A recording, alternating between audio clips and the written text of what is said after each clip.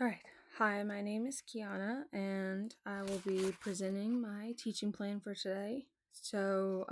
What I picked was preventing falls as a spinal cord injury patient. And first off, I started off with what are falls? A fall is usually described as an unexpected or unplanned incident that results in a person coming to or resting on the floor or ground. So, this can include falling out of a bed or chair, or simply tripping over an object or curb. Um, what causes falls in spinal cord injury patients?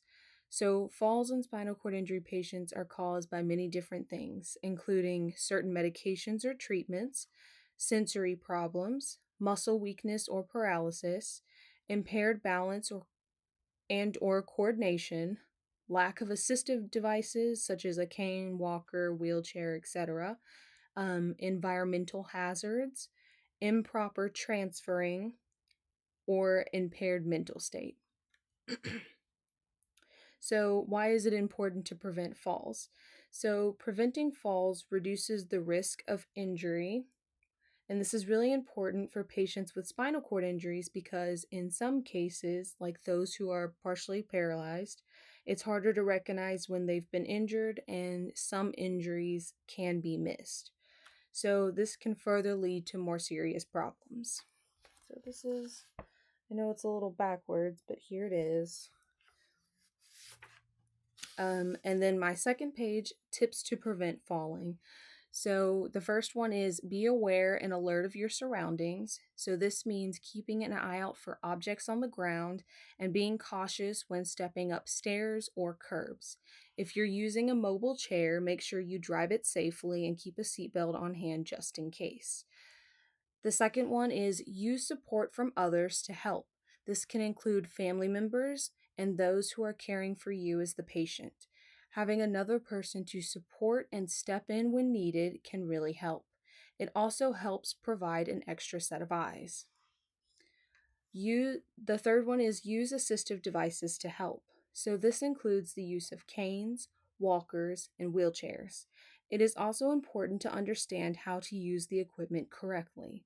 Keeping up with equipment maintenance is also important. For example, making sure a wheelchair has working brakes.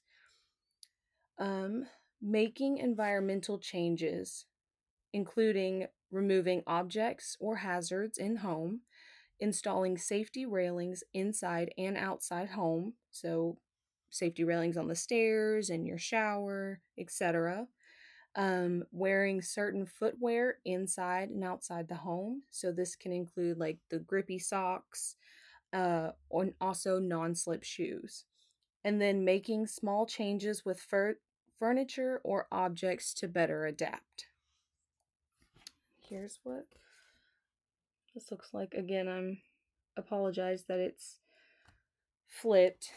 I don't know how to fix the camera. And then of course I have my references. Again, here they are.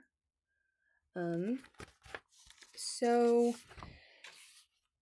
the reason why I chose this particular patient education topic is because I work in a physical medicine and rehabilitation clinic, and half of the patients we see are musculoskeletal patients, and then the other half that we see are neurological patients, which includes spinal cord injuries, stroke, traumatic brain injury, just kind of a variety. So, in particular, I see a lot of spinal cord injury patients. So, that's why I chose this topic, because falls and fall risk prevention is so important when it comes to our patients, no matter where they are, whether they're at the hospital, they're at home, they're walking to the walking at the grocery store. But it's very important because falls can cause a lot of damage for a lot of people if they're not careful.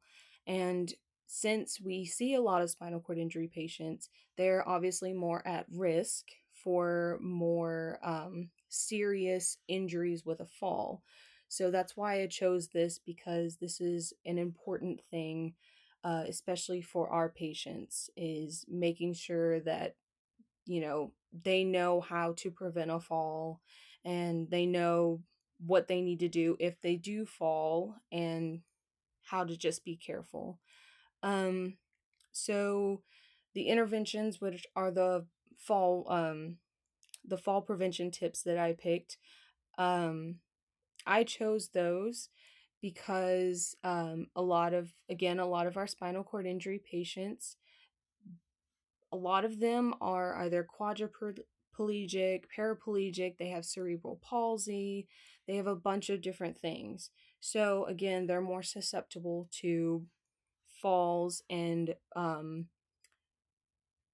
more serious injuries. And a lot of them use power wheelchairs, which is another reason why I included those fall prevention tips, because it is possible to fall out of your power wheelchair.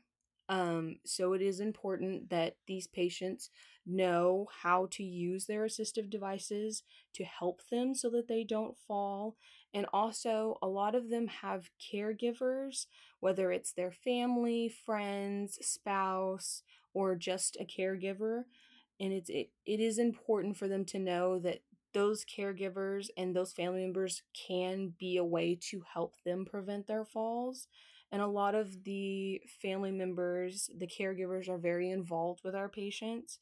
So they know what they need to do, but that doesn't mean that you can't reinforce the idea. It's good to get a reminder every once in a while, but that's why I picked those. And then also, a lot of these patients have been dealing with these spinal cord injuries for a long time. And then also, some patients are new to these spinal cord injuries. So, learning how to navigate being safe with their spinal cord injury, um, including being careful at home and kind of adjusting things at home so that they can be safer, that is very important for them. So that's why I chose the interventions that I chose. Um, and but my target population with this is spinal cord injury patients. I'm not going specifically for a certain race because we see a variety of spinal cord injury patients. It's not just one particular culture or race who is more susceptible to spinal cord injuries. Also, we see a variety of ages for spinal cord injuries. I've seen as young as 17, and then I've seen as old as in their 80s. So my intended population is just kind of generalized to spinal cord patients specifically. No matter how old or young they are, no matter what culture they come from, these are all helpful tips for everyone. And then the goal of this handout was to be simple, but also understandable to not only the patient, but to their family or friend or the person that is caring for them. Because in some instances, the patient can't do a lot of things on their own. However, their caregiver knowing what to do to prevent falls is very important. Um, and then a way to evaluate this is I work in a clinic setting again, so we are doing fall risk screenings every time a patient comes in. So usually what we do is we just kind of assess, have you had a fall? And then just kind of educate them on how they can work around that so that we can avoid a fall in the future. And then, of course, when we see them again 3 to 6 months later, that we can kind of evaluate, okay, have you had any falls? What have you been doing that has helped? What can we work on? So I think that that's kind of how I figure out, did what we talk about help, or do we need to try something else? Um, so yeah, so that's all I have for you. Um, Thank you.